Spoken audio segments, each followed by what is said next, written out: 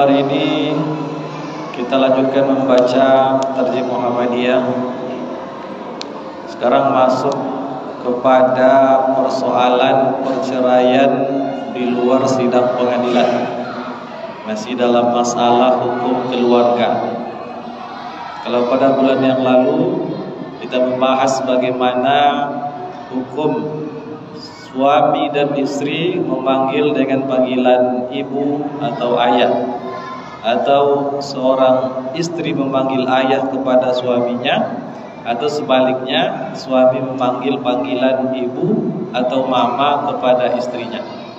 Nah, ternyata dalam fatwa tarjih itu dibolehkan. Ini bukanlah berarti zihar, karena maksud dari panggilan itu bukan berarti seorang suami mengakui istrinya sebagai ibunya. Tapi sebetulnya kalau seorang suami memanggil kepada istrinya dengan panggilan ibu, itu maksudnya ibu dari anak-anak. Begitu juga sang istri memanggil suaminya dengan panggilan ayah, itu artinya ayah bagi anak-anaknya. Bukan berarti ayah kandungnya. Nah, sekarang kita masuk kepada persoalan bagaimana perceraian yang terjadi di luar sidang pengadilan. Ini beberapa tahun belakangan ini muncul polemik di kalangan masyarakat. Sebetulnya itu bukan masalah. Selama ini masyarakat memahami bahwa talak itu boleh dijatuhkan oleh seorang suami kepada istri kapanpun dan dimanapun. Kapanpun dan dimanapun, kalau persyaratan jatuhnya talak itu ada pada saat suami mengucapkan talak kepada istrinya, maka talak itu jatuh. Sekarang dalam ijtihad fikih kontemporer, termasuk dalam hukum kompilasi Islam di Indonesia, bahwa talak atau perceraian itu tidak jatuh kalau hanya sekedar diucapkan oleh suami kepada istrinya, tidak di depan pengadilan. Dan itu sudah menjadi ketentuan hukum kompilasi dan berlaku di negara kita. Kalau seorang suami mentalak istrinya, diucapkan kepada istrinya, maka itu tidak jatuh talaknya. Padahal di dalam syariat diberikan kebebasan kepada suami untuk menjatuhkan talak. Bahkan ucapan yang diucapkan secara bergurau atau dalam keadaan marah, selagi marahnya suami itu dalam batas kesadarannya. Jadi kecuali kalau suami marah sudah di luar kesadarannya, dia tak sadar lalu mengucapkan kata talak, memang tidak jatuh. Tapi dalam keadaan marah yang suami masih menyadari apa perkataan atau kalimat yang dia keluarkan, walaupun dalam keadaan marah, talak pun jatuh. Tapi sekarang dalam hukum kompilasi, perceraian atau talak itu tak jatuh kalau tidak melalui sidang pengadilan. Nah, bagaimana persoalan ini? Dan ini juga sudah dijawab oleh ulama tarjih dan dicantumkan di dalam fatwa tarjih jilid yang ke-8. Nah, persoalan tentang perceraian di luar sidang pengadilan.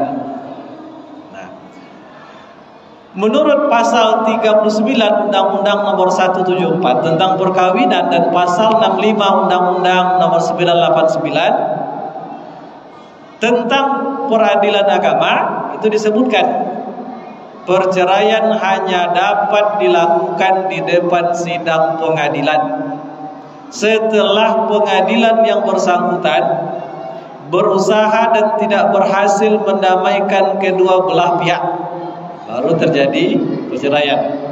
Itu artinya perceraian yang dilakukan di luar persidangan, cerainya tidak jatuh, talaknya tidak jatuh, walaupun berulang-ulang kali diucapkan. Saya secara pribadi pernah mendiskusikan ini dengan kawan-kawan hakim di pengadilan agama. Dan teman saya ini, beberapa orang teman hakim itu termasuk salah satunya teman hakim yang beberapa tahun yang lalu mendapat prestasi nomor 5 terbaik se-Indonesia. Saya tanya, apa betul itu? Kalau orang yang bercerai, seorang suami mentalak istrinya dalam pengadilan, dia tidak jatuh talaknya. Betul katanya. Itulah ijtihad ulama sekarang. Jadi dia masih boleh berhubungan? Boleh. Karena talaknya tak jatuh. Karena tidak dilakukan di depan pengadilan. Lalu saya tanya, dari mana logika hukumnya itu? Dari mana sampai berkesimpulan seperti itu? Dia sampaikan sebetulnya ini bukan ijtihad baru dari ulama zaman sekarang. Dulu ada beberapa orang ulama yang beristihad sudah menerapkan ijtihad ini, bahwa perceraian itu hanya terjadi kalau dilakukan di depan pengadilan. Kalau tidak boleh bergaul.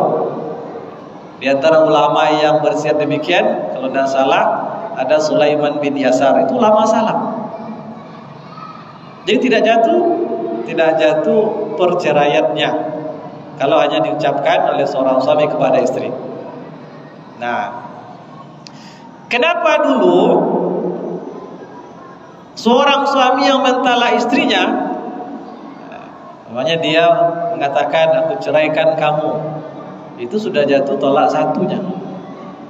Maka kalau dia tidak rujuk kepada istrinya sebelum habis masa iddahnya, nanti jatuh talaknya di situ. Kalau mau rujuk kembali setelah masa iddahnya, itu sudah talak satu, kemudian dia harus menikah lagi.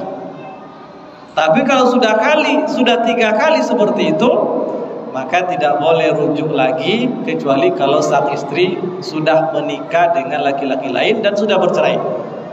Dan tidak boleh laki-laki yang menikah istrinya itu sebagai muhallil, sebagai orang yang menghalalkan untuk menikah kembali dengan suami pertama.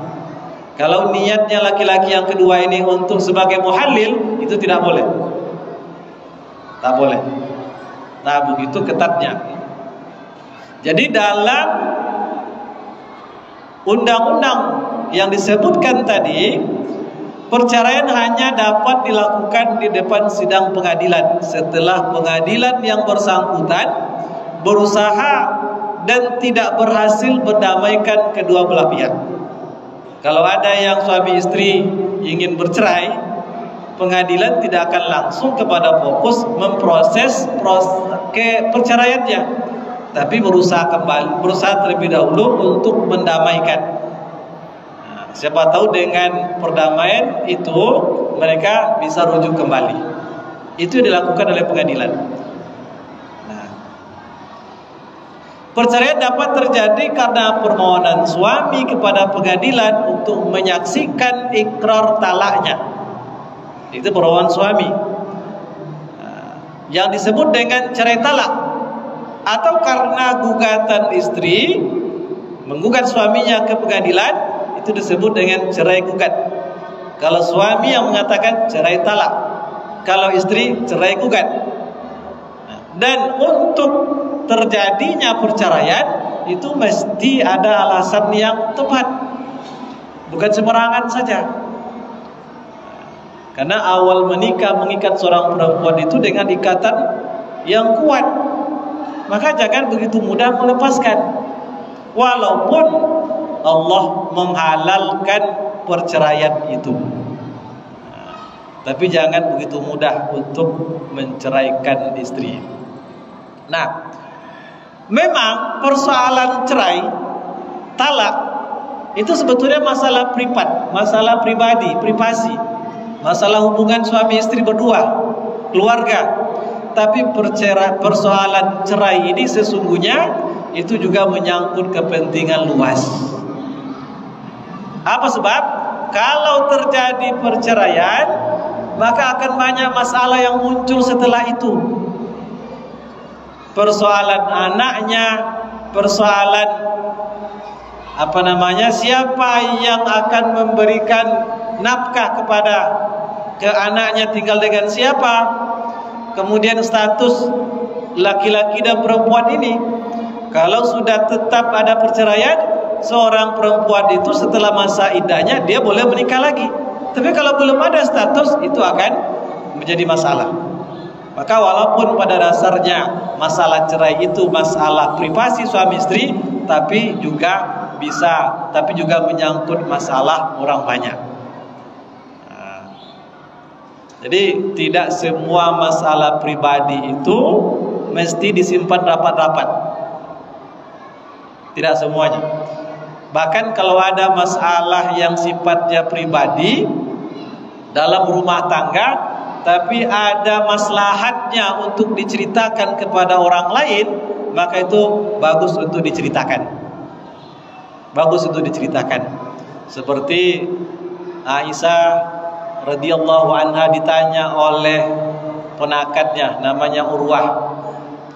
Urwah ini anak dari ponakan Aisyah, ibunya kakak beradik dengan Aisyah. Jadi Urwah ini bertanya kepada Aisyah radhiyallahu anha tentang bagaimana tentang makatnya Nabi.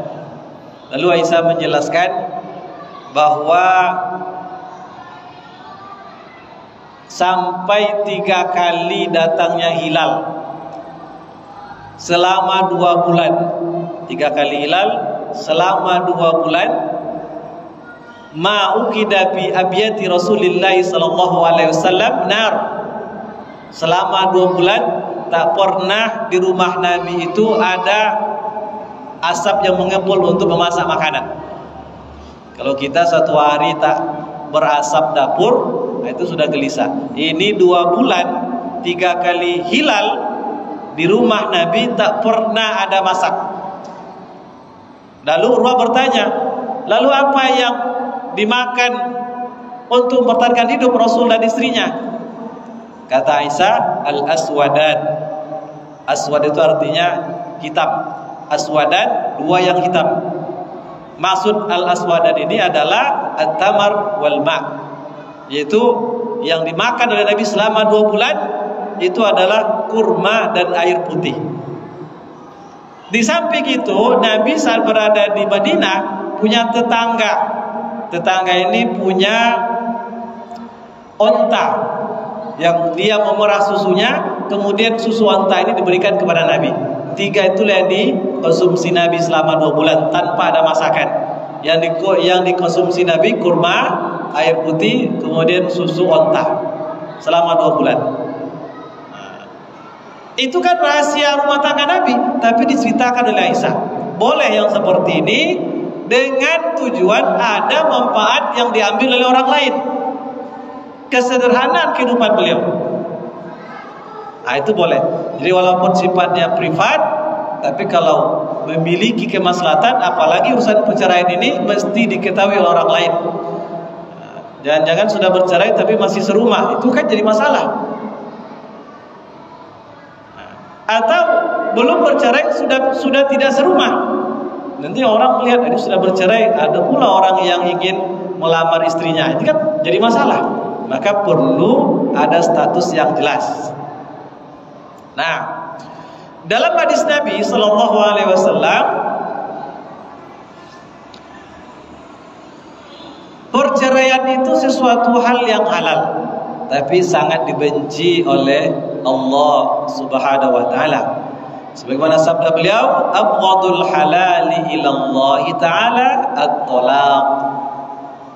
Rawahu Abu Dawud wal Baihaqi. Perkara halal yang paling dibenci oleh Allah adalah at-talaq, perceraian. Apa beda orang sekarang memandang hadis ini dengan orang salaf, para sahabat dulu?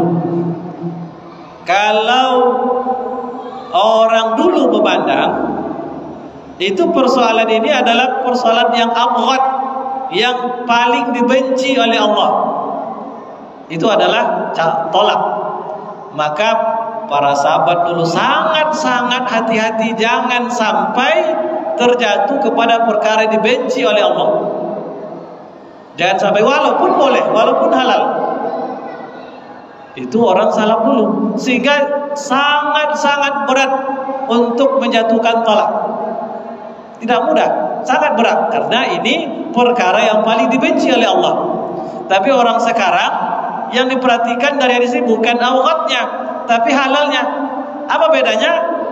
Kalau orang sekarang memandang yang penting kan halal, kan boleh saja, tidak memandang perkara ini yang paling dibenci. Kalau orang salaf karena di perkara yang paling dibenci Allah, mereka tidak mau sembarangan, sangat hati-hati. Itulah dulu, sehingga sulit terjadi perceraian pada masa dulu karena sangat takut dengan perkara yang dibenci oleh Allah. Tapi orang sekarang memandang ini kan perkara halal. Akhirnya apa? Dengan mudah mengeluarkan talak. Berbedalah situasinya. Oleh karena itu, beda situasi, beda pula hukum. Nah, itu sudah menjadi kaidah daripada usul fikih. Jadi kalau orang dahulu sulit atau sangat berat mengeluarkan kata-kata tolak, tapi sekarang orang menganggap enteng dan bermudah-mudah untuk melakukan perceraian, padahal itu sangat dibenci oleh Allah. Nah, wujud dari tidak boleh mengenteng-entengkan menceraikan istri itu adalah tolak hanya dapat dilakukan bila terpenuhi alasan-alasan yang dibenarkan atau yang alasan-alasan yang cukup. Nah, itu dijelaskan dalam masalah fikih. Nah, kalau alasannya tidak benar atau tidak cukup untuk sampai kepada talak, jangan mudah menjatuhkan talak. Sementara orang sekarang banyak begitu mudah menjatuhkan talak, maka muncullah ijtihad baru diantaranya oleh ulama di Indonesia dalam kompilasi hukum Islam bahwa talak atau perceraian tidak jatuh kalau tidak dilakukan di pengadilan. Jadi juga dikaji oleh ulama tarjih. Nah, apa alasannya? Terjadi perubahan hukum. Kalau dulu langsung dikatakan jatuh tolak, sekarang tak jatuh tolak. Alasan yang pertama oleh ulama tarjih sesuai dengan kaidah fiqhiyah, la yunkaru taghayyurul ahkami bi taghayyuril azman. Qawaidul fiqh as-sabha 13 wa 100. La yunkaru taghayyurul ahkam, tidak diingkari terjadinya perubahan hukum bitaghayyuril azman, karena terjadinya perubahan zaman. Berarti memahami sebuah hukum itu sesuai dengan konteksnya. Kalau dulu konteksnya seperti apa masalah perceraian, masalah perceraian pada masa dulu begitu berat untuk dilakukan walaupun halal, karena begitu kuatnya keimanan para sahabat, para tabi'in, orang salaf dulu tak mudah melakukan talak. Tapi sekarang zaman sudah berubah sehingga orang begitu mudah untuk mentalak. Kalau seandainya dibenarkan orang mentolak istrinya di luar pengadilan, mungkin tiap hari orang mentolak. Kacau kehidupan ini. Oleh karena itu perubahan ini menyebabkan perubahan hukum, muncullah ijtihad ini. Maka la yunkaru taghayyurul ahkam bi taghayyuril azman. Tidak diingkari perubahan hukum disebabkan perubahan zaman atau perubahan kondisi. Saya contohkan hadis yang lain dulu. Hadis tentang Rasulullah mengatakan akan hancur suatu kaum kalau pemimpin mereka adalah seorang perempuan. Jadi tak boleh pemimpin perempuan dalam hadis ini. Kalau dipahami secara tekstual, maka seorang perempuan tak boleh jadi pemimpin di level manapun, karena akan binasa, hancur suatu kaum kalau mereka dipimpin oleh perempuan. Tapi ketika dikaji secara konteksnya, apa yang ditemukan oleh para ulama, hadis ini dulu muncul berkaitan dengan kerajaan Persia yang ada di Iran sekarang. Saat meninggal kaisar mereka, kepala negara mereka, sistem kerajaan itu raja diwariskan kepada putra mahkota, kepada anak raja secara otomatis. Ketika Raja Persia meninggal, dia tidak punya anak laki-laki. Yang ada hanya anak perempuan. Dan perempuan waktu itu, anak raja itu tidak berpendidikan seperti orang sekarang. Mereka ada di kerajaan, di istana, tidak kuliah, tidak sekolah, tidak ada pengalaman memimpin negara. Lalu ketika ayahnya meninggal, mereka paksakan anak perempuannya ini untuk jadi raja, padahal tak punya pengalaman untuk memimpin, apalagi memimpin sebuah negara besar.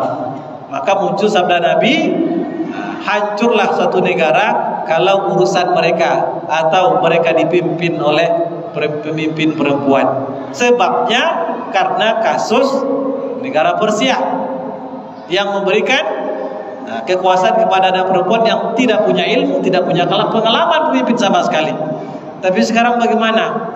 Perempuan sekarang itu kuliah sampai S2, S3, bahkan profesor, punya pengalaman. Beda dengan perempuan pada saat itu. Maka kalau mengikut pemahaman secara kontekstual, beda mana hadis dengan konteks sekarang. Bukan berarti tidak mengakui hadis, tapi maknanya, konteksnya berbeda. Maka muncullah ijtihad.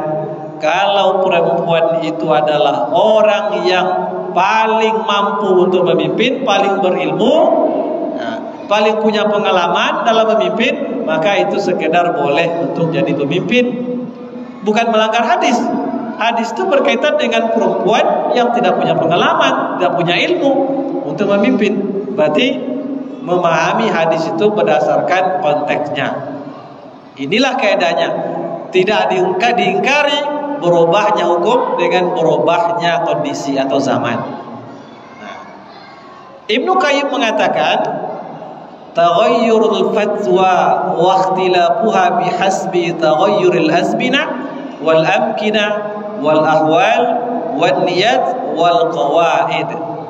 Dalam kitab Ilamul Muwaqqi'in, kata beliau, perubahan fatwa dan perbedaannya terjadi menurut perubahan zaman, terjadi menurut perubahan tempat, perubahan niat, keadaan, dan adat istiadat. Artinya adalah fatwa, ini fatwa itu bukan sesuatu yang suci, tidak bisa berubah, tidak begitu. Fatwa dari ulama tarjih kitab Muhammadiyah pun juga ada perubahannya, bahkan bersifat dinamis. Di antaranya dalam ibadah pun juga begitu. Dulu dipatwakan namanya mengucapkan salam di akhir sholat itu dengan utuh. Muncul fatwanya, kalau dulu Assalamualaikum warahmatullahi wabarakatuh. Sekarang setelah mengkaji dalil, lebih menguatkan ucapan Assalamualaikum warahmatullahi. Itu perubahan fatwa. Yang namanya fatwa itu bukan kitab suci, bukan tidak bisa berubah, tapi dia berubah sesuai dengan perubahan zaman. Imam Syafi'i pun juga ada qaulul qadim, ada qaulul jadid. Ada fatwanya pada fatwa lama, ada fatwa baru, berubah fatwanya. Apa sebab? Berubah tempat, berubah zaman, berubah keadaan, berubah istiadat, bisa berubah fatwanya. Itulah fatwa fikih. Maka di sini pun juga terjadi. Kalau dulu tidak difatwakan, kalau dulu pakai hukum klasik bahwa perceraian hanya terjadi, bisa terjadi walaupun di luar pengadilan. Tapi sekarang sudah berubah, bahwa perceraian hanya boleh diakui dan terjadi kalau dilakukan di depan pengadilan. Nah, para ahli syariah telah menyepakati bahwa tujuan syariah adalah mewujudkan kemaslahatan. Jadi agama ini Allah turunkan semuanya untuk kemaslahatan. Tidak ada satupun perintah Allah kecuali kalau dilaksanakan mendatangkan kemaslahatan. Dan tidak ada satu larangan pun kecuali kalau ditinggalkan mendatangkan kemaslahatan. Jadi agama ini semuanya kemaslahatan. Maka ketika ditinjau persoalan perceraian ini, kalau dengan memakai hukum klasik tidak mendatangkan kemaslahatan tapi kemudaratan, maka muncullah ijtihad baru dari para ulama ini. Nah, maka penjatuhan talak di depan sidang pengadilan itu bertujuan untuk mewujudkan kemaslahatan. Jadi untuk menunjukkan kemaslahatan berupa adanya perlindungan terhadap institusi keluarga, dan perwujudan kepastian hukum di mana perkawinan tidak dengan begitu mudah dapat diputuskan, jangan mudah bercerai. Itu kemaslahatan.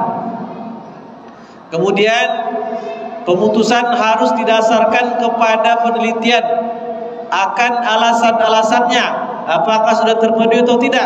Itu pekerjaan hakim. Artinya hakim menilai apa alasannya, sudah pantaskah dengan alasan itu.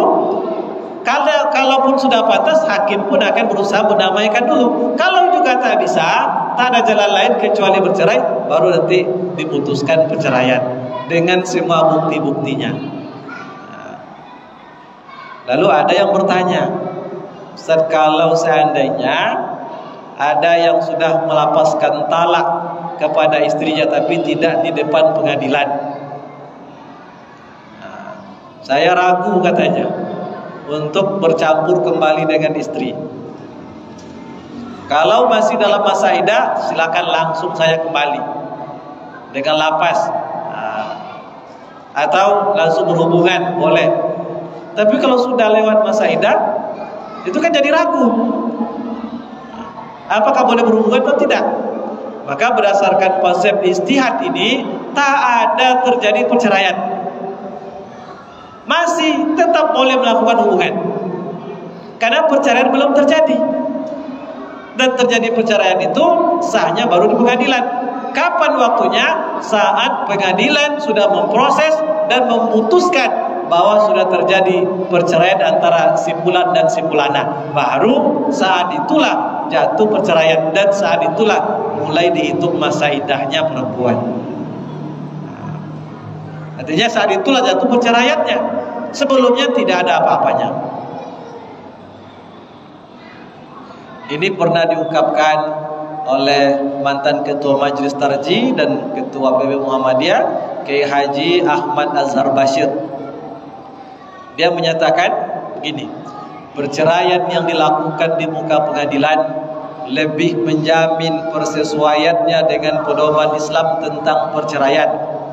Sebab sebelum ada keputusan terlebih dahulu diadakan penelitian tentang apakah alasan-alasannya cukup kuat untuk terjadi perceraian antara suami istri itu atau tidak. Kecuali itu dimungkinkan pula pengadilan bertindak sebagai hakam atau pendengar sebelum mengambil keputusan bercerai antara suami istri. Nah, ini kan sudah ada. Jadi luar biasa keilmuan Kiai Haji Ahmad Azhar Bashir ini. Kemudian dalam bukunya beliau juga mengatakan untuk menjaga agar perceraian jangan terlalu mudah terjadi dengan pertimbangan maslahat mursalah. Maslahat mursalah itu sebuah pendekatan usul fikih untuk menetapkan sebuah hukum berdasarkan kemaslahatan. Maslahat mursalah, maslahat artinya maslahat, kebaikan. Mursalah, lepas. Apa maksud maslahat mursalah? Kemaslahatan yang lepas. Tidak ada dalil yang menyuruh, tidak ada dalil yang melarang. Itu namanya maslahat mursalah, kemaslahatan yang lepas. Maka para ulama akan mengkaji apa kemaslahatannya. Kalau kemaslahatnya lebih besar daripada mudaratnya dan tak ada dalil yang melarang dan menyuruh, maka ini dijatuhkan hukumnya sesuai dengan mana kemaslahatan yang ada pada persoalan itu, termasuk persoalan perceraian ini. Baik, kita lanjutkan. Jadi